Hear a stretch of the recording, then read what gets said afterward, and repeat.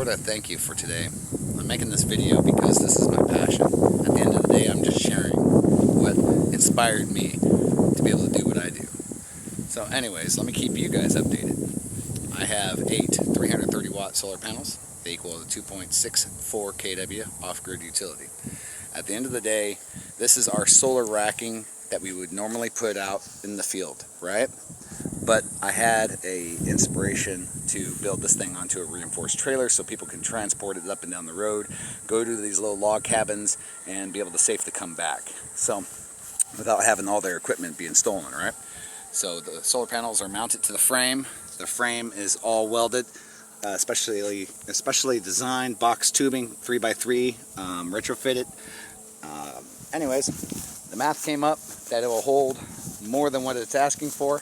And the cool thing about this, you see that there's a pretty long wheelbase overall. And we put these awesome outriggers here, right? But it does not matter what you go up and down the road, it will not flex. It is absolutely seamless all the way down.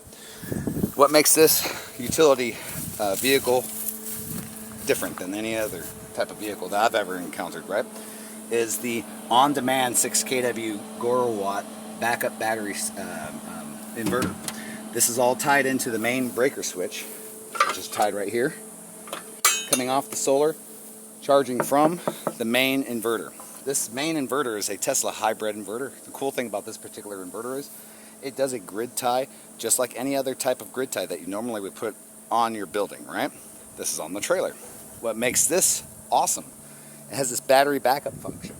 We're not using the battery backup. What we're doing is actually we're using live power. So if your grid goes down and you have no battery backup, you still have this to be able to power the house with no batteries, as long as you got the sun shining, right?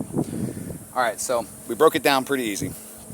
We got the L1, L2 separated on two 60 amp fusible disconnects.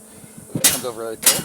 Turn that on, bam. You have live power regardless, even when the grid is down and you have no battery. All right, come over here. Breaks into two sections here. This comes over to the battery backup aspect. This turns on the system like we were talking about before.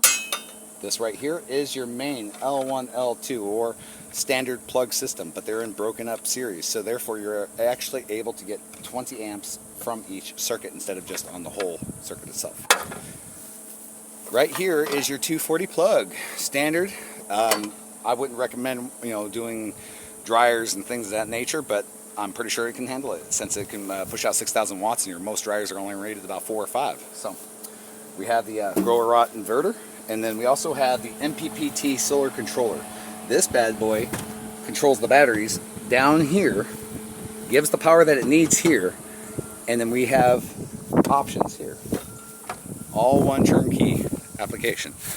So that's cool. How do you get the grid tie to work from a normal solar trailer? Well, as you can see that cord, I'm following it back right now.